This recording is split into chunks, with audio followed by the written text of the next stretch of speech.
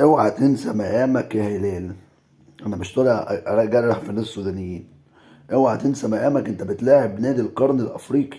انت بتلاعب النادي الاهلي، غول افريقيا، افضل من افضل انديه العالم، افضل نادي مصري. نادي اهلي النهارده اللي كان فيه رجوله جميله. الماتش ما كانش فيه لعيبه مش كويسه، ولكن النهارده حسين الشحات ابهرني، كهربا مبهر، تاو مبهر، مروان عطيه هايل هايل. كان نفسي اشوف كريستو والقندوسي يا عم كولر، اللي الناس دي لازم تاخد على حساب قفشه وعبد القادر، لازم تريح الحرس القديم ده وتقابل الناس الجديده. مبروك يا اهلي، مبروك يا اهلاويه، مبروك للجمهور، مبروك للجمهور. جماهير الاهلي غير. الف مبروك لجمهور النادي الاهلي النهارده. الجمهور هو رجل المباراه الاول.